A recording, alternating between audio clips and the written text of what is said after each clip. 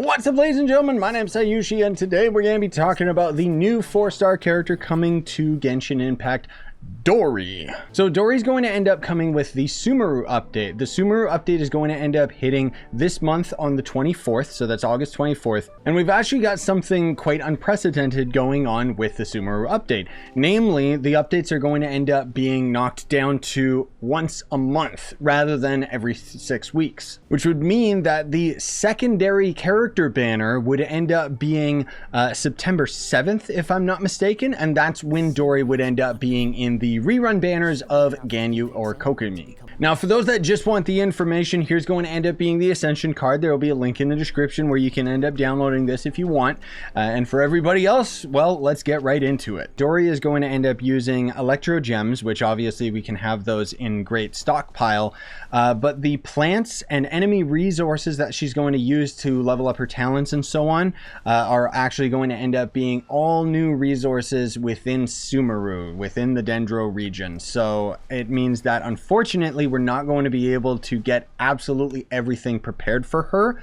However, since Dori is going to end up being in phase 2 of the banners, there is a very, very high probability, if you're joining your friends' worlds and so on and so forth, that you will be able to have absolutely everything prepared for her in order to level her up. Now, according to Genshin Impact, she's actually going to end up taking Ajdaha resources for her weekly boss, which could just be placeholder. However, as far as I know, we're actually not getting the new weekly boss in the Sumeru update yet. That's going to be a little bit further down the line, so that would explain why she doesn't use that resource. So first of all, Dori is going to end up being a Electro Claymore user. I actually think that she seems pretty cool because she basically uses her little slime buddy in order to end up swinging her sword. So her animations are really, really smooth and neat.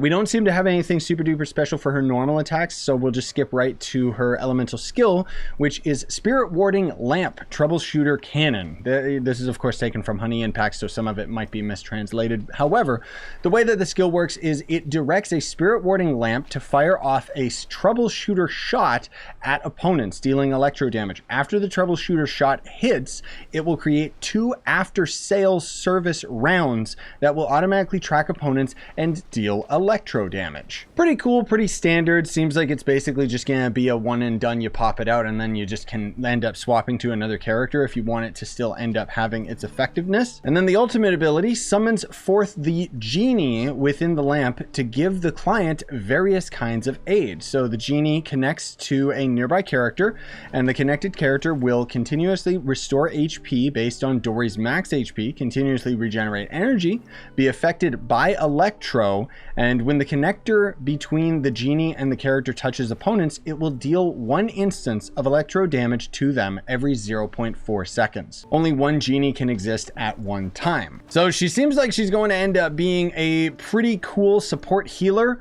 I'm assuming that once you end up popping your ult, and if you are playing solo, the genie would just end up connecting to you, and then you could swap off to a different character and continue to still reap the benefits of it, which seems to be the entirety of Dori's kit. Is you can just pop her out, use her abilities, and then swap to your main. But anyways, let's move on to her passive skills. So one of them is going to end up being Unexpected Order. Has a 25% chance to recover some of the materials used when crafting character and weapon materials, which is going to be very, very nice because Sumeru is going to end up having a new set of 4-star weapons that you can end up crafting, and the new resources, we're basically going to be starting from scratch with those. So I think that this character will be very beneficial for that, if you can manage to hold off for the first 2 weeks of the update to get her to help you with your crafting. An Eye for Gold. After a character connected to the genie triggers an electro-charged superconduct overload quicken, basically a reaction with electro. The cooldown of Spirit Warding Lamp, which is going to end up being Dori's E ability, is decreased by 1 second. So I would assume, yeah, so it seems like you can stack it multiple times. However, the effect can only be triggered once every 3 seconds. And the ability apparently lasts for 12 seconds, meaning that if you end up triggering this properly, it will end up being able to negate 4 seconds off of the total cooldown time, which the cooldown time for her ult is going to end up being 20 seconds in total. And then her last passive ability, Compound Interest. When troubleshooter shots from the Spirit Warding Lamp, her E ability, hit opponents, Dori will restore 5 elemental energy for every 100% energy recharge possessed. A maximum of 15 energy can be restored this way per Spirit Warding Lamp. So you could essentially, every time you pop it out, you'll be able to restore 15 energy, which is going to end up being pretty nice, generally speaking. And moving on to her constellations. So her C1 is going to be the number of after-sale service rounds created by the troubleshooter shots is increased by 1. So that's going to end up being that homing shot on her E ability. Her C2 makes it so that when you are in combat and the genie heals the character it is connected to, it will fire a genie tube from that character's position that deals 50% of troubleshooter shots damage. Kind of weird that it ends up working with her E. Her C3 obviously ends up increasing the maximum level of her ultimate ability. Her C4 makes it so that the character connected to the genie will obtain the following buffs based on their current HP and energy. When their HP is lower than 50%, they gain 50% incoming healing bonus. And when their energy is less than 50%, they gain 30% energy recharge, which is a very, very high support ability. And then her C5 makes it so that her E ability is going to end up being increased by 3 levels, and her C6 makes it so that Dori gains the following effects for 3 seconds after using her Spirit Lamp, which is her E. So she'll get Electro Infusion, which means that all of her attacks will end up being Electro, and Infusion will dominate over any other elements that you would end up using for her attacks, which is pretty neat. So it says thusly, when normal attacks hit opponents, all nearby party members will heal HP equivalent to 4% of Dori's max HP.